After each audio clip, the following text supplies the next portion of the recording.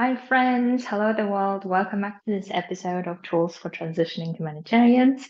And I have a very special topic for you today that I really thought that we could dissect it and also see how we keep using this against ourselves and how we can actually make it more useful, powerful tool when we say it's unfair, whatever the situation is. And as humanitarians, we have a lot of sense of fairness, a lot of sense of things, the world that we want to create to be just, to be equal, to be equity driven, right? All of this that we really want to, and therefore we tend to also observe a lot of things of how things are unfair, whether it's in our personal life or in our professional life. And then I really wanted to show you what happens when we operate from it's unfair, and then what is the solution to that in case that's not serving you. So I really want to talk here about what it is that we're talking about and then how does this work, right? How and what happens when we think it's unfair, and then the consequences of that, and then what to do with it. I apologize for my voice and the way I look. I got sick of cold and then recovering, so I hope you can still hear me and understand me well. Okay, so let's start with it's unfair thinking that many of us have experienced, many of us have gone through it, and what happens and what it is. So, what it is basically we believe something needs to be this particular way, handled in this particular way, or someone even, right? So, we believe that someone should have said it or behaved in this particular way and they didn't. And therefore, we find that behavior unfair, we find that system unfair, we find that situation unfair, whatever it is, right? So you will always know what is your way of seeing what is unfair and what is fair, right? Now, when we see that this is unfair, right? I really want you to see how this works in your mind, in your heart, how this type of it's unfair thinking is affecting you. And oftentimes we end up not doing the things that we actually want when we say it's unfair because we exhaust a lot of our resources while feeling frustrated, disappointed, all of those feelings around it's unfair, right? So that's why I really wanted to show you how this works with a couple of examples from my clients' lives. And also, you can put any other situation and then walk yourself through this as I'm doing this with these examples. So one example that I was coaching my client around is that she is one of the team members in a team of 4 people, and she feels it's unfair that a lot of the tasks are loaded onto her, while other 3 are not really doing things or not really doing things that could be more useful or more important, and they're just busy doing other things, right? So she feels that's an unfair situation. And then when she says this is the unfair, then she feels resentment a lot of the times. She feels like why they are not doing the things and why am I the one doing the things, right? That's one situation.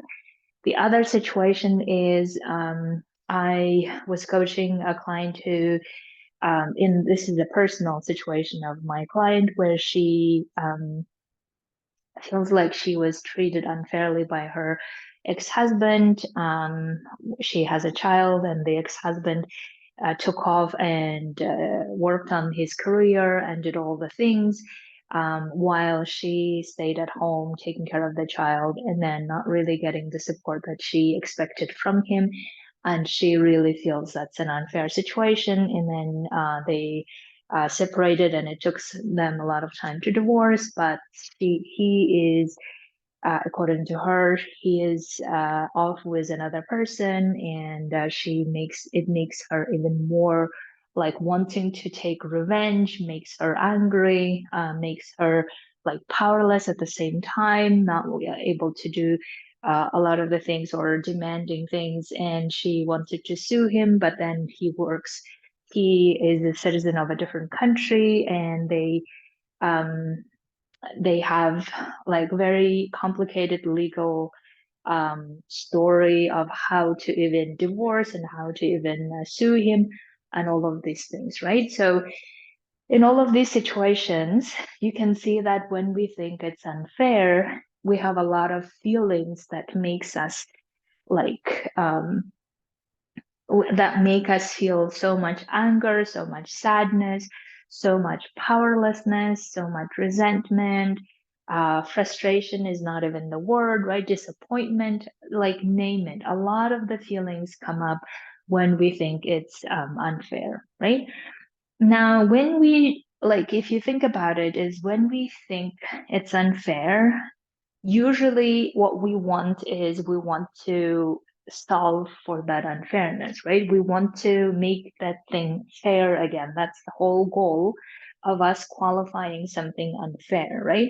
But oftentimes notice that when we think that it's unfair, and then we keep feeling a lot of those emotions of unfairness, a lot of those disappointments, all of those emotions, what we end up then doing is oftentimes we end up talking to so many different people about it, um, colleagues or friends or family members, whoever they are, right? So we end up talking a lot about it. We may even not want to do the work if it's the work related, right? We may actually even do the things out of force, like in my client's case, that she feels like she really needs to keep doing the things anyway, even though she feels like others are not doing. And she keeps feeling resentment, but she keeps forcing herself to do those things.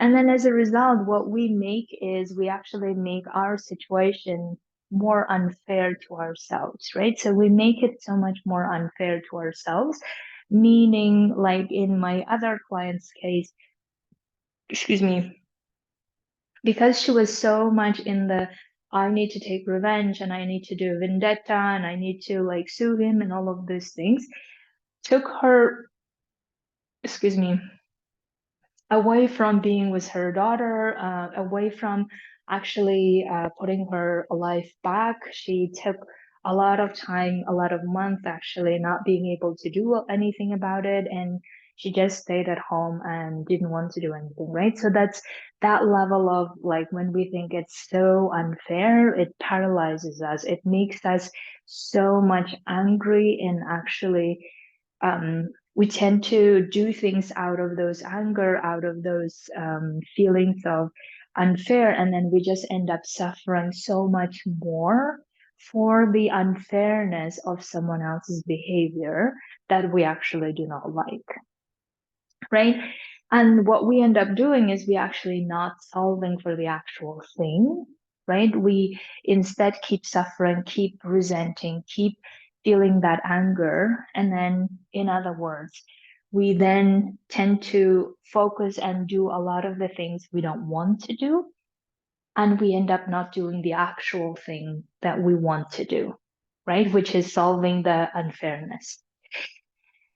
And even if we try to do that, we try to solve the unfairness, we come out so much anger and so much resentment that we are like unable to formulate the things the way we want to, or we make it in the way that feels like very destructive. Or even when we talk to other people, let's say to the boss about how this is unfair, we are not really able to say the things in the calm and powerful manner or empowered manner, but we say it more like, oh, I hate you. I think you are not doing this well, or you should have done this. And then imagine what kind of reaction we actually generate from the other person, right? What kind of reaction we generate from other when we become very resentful, when we become very angry, when we become very like vendetta driven.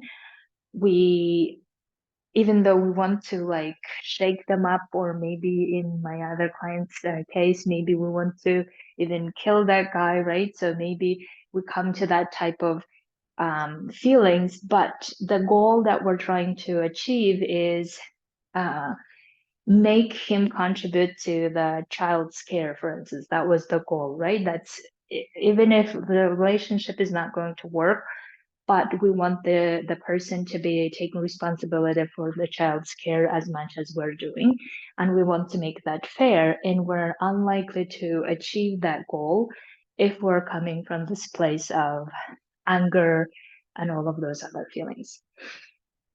Now, consequences of these is if we keep feeling those feelings, right, that we are actually not going to like our work, or we're not going to do all the other things that we want to do, putting our life back together, doing the things that we really want to do. We feel frustrated and resentment and disappointment a lot of the times, every time that we think about that situation, right? And then we may not even sleep well because we keep thinking and worrying about it. We then deplete our energy to fight for the cause that we want to, and then we keep overthinking, right? And then we drop doing all the other things that we would have done if these feelings were not so powerful in our body. And then essentially we let that unfair feelings, all of those feelings, rule our lives. And then we make it unfair to ourselves, unfair to the family members around us who are wanting our attention, who are wanting us to be present for them. And maybe we are even present, but we're not really present at the same time, right? So therefore we continue that unfairness to grow even further in our own lives. Now, once we feel fed up with the situation, then we want to maybe go and solve the situation with that person, right? With the person who is, according to us, is a perpetrator of unfairness. And then we may do that a lot of the times, as I said, from this feeling of anger, from this feeling of disappointment, resentment. And then when we're doing it, especially at work or in even personal relationships, we want to say all of those things. And maybe in the personal relationship, there is a room for saying all the things and like exploding. And that might be like even useful. And if you feel like that's useful, try it. But in the work relationships, we're not likely to do that for many reasons that you already know, right? So therefore, coming to the boss or to the colleagues and who is this resentful place, think about what kind of reaction they're likely to have. Because if we're coming with the anger, probably we're going to evoke anger in them as well. And then when two people are angry, they're not likely to find a solution to a problem. The same goes with resentment, right? If we come with resentment of this should have been done this way and it's not, and I'm angry or I'm resentful, then we're likely to suffer more from it, and others may feel irritated, and they're not likely to then to try to solve the situation with you. Or maybe they even were not going to solve the situation with you, but now you have given them even more ammunition to them looking at you as maybe pity, looking at you as what's wrong with you, or all of those things, which again, those perceptions we're unlikely to want to have from colleagues, right? Now, then the question becomes what to do. We can't just not say it's unfair. Absolutely. Go and say unfair if you feel like that's unfair, because that is your truth in that moment, right? Whatever, like I have seen many people also reflect on this and say, well, it's unfair according to my judgment, or according to how I interpret this rule, or it's unfair because this is how it makes me feel, but maybe it's not unfair. And then we start getting into the doubt or even dismissive roles. And let's not try not to do that, but rather understanding and owning and recognizing that this is my truth currently, that this is how I feel. I feel that this is unfair, right? And there is the feeling of unfairness. That means that something is up, something you find not right, and now we need to actually recognize and understand it. Now, when we're trying to understand it, because the feelings are so much and so powerful, they may overwhelm us. And in order not to let them overwhelm us, we need to actually feel them and recognize them. Like the way that you can do is just sit in a comfortable position and hold whatever it feels like unfair, whatever those feelings are, whatever the feeling that you feel bad about, just feel all of them, whatever they are, just inhaling and feeling all of them, recognizing, owning it, and allowing them to be there at the same time, feeling all of them. And then as you keep feeling and feeling, they dissipate and they start uh, disappearing in your body. And then when this clarity comes, when this calmness and groundedness comes, then you can make a decision and say, okay, what feeling do I want to operate from as I go handle and solve this unfairness?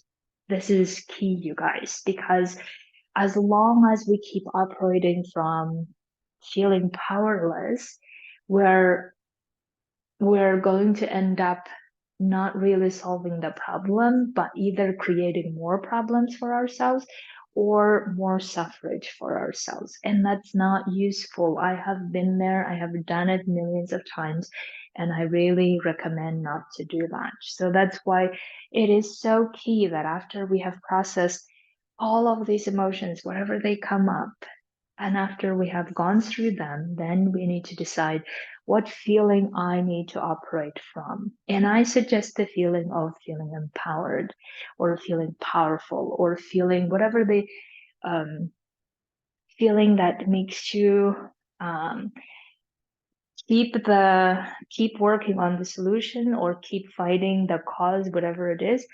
But from this place of I can do this, from this place of I want to make this right for myself and for other people, whatever it is, right? So for me, the feeling that comes is empowered. And when we feel empowered, then we want to ask ourselves, if you felt empowered, if I felt empowered, if you're asking yourself, right? If I felt empowered, how would I handle the situation that I find unfair? How would I handle it? If I felt unempowered, how would I who would I be in that process as I handle the situation? And when we approach it from this place instead of from the powerless place or from the place of resentment, then we're likely to then get our mindset to a place of I know how to stand for myself, or I know how to handle the situation. I know how to solve the situation in a constructive way, right? And we start accessing more parts of our like highest part of our brain that shows us how powerful we are, how much we can actually solve things, how much we can make things fair again, right? We access all of those resources and we don't deplete ourselves, we don't tire ourselves unnecessarily. We start working on the things. So the way that we worked with one of my clients is that we said, okay, in her personal story, right? We said, okay, if you keep trying to do this vendetta and all of these things, all of the other things of getting your life back together and doing the things that you want to do and being there for your daughter is being neglected, and let's put them first together. And how do you want to handle them? How can you like I don't know where I heard this from. The best vendetta for ex-husband is when you shine and you are happy and you're amazing, you're leading your life amazingly with your family, and that's actually a much bigger vendetta than any other vendetta you could think of, right? So therefore we started working on those things, and then we got herself to a place where she got a job and she started her own business, and she was taking care of her daughter, And then the thinking about the husband and the all of this became less, but still continued, of course. And she wants to solve those things. But in that moment, what she needed was first to take care of herself, process all of those emotions, and decide how to get back to her feet and do all the things, and then start thinking about how to solve the problem with the ex-husband. And in the client who is at work trying to get her boss to see this, that this is unfair, we are getting her to this place of, okay, if you were really feeling empowered and you can do this, excuse me, you can actually have a conversation with him where you really explain and see how you see things and how you want things to be distributed, how the tasks to be distributed, and coming from this powerful place, then you are going to feel like equal to the boss in that moment, even though maybe not title wise equal, but feeling wise it's equal, right? And then we're likely to have more conversations at an empowered place, and even proposing solutions and demanding solutions, and we can come to that place much easier. We can embody ourselves feeling very powerful, very constructive, solving the things, and we will even like ourselves in that way.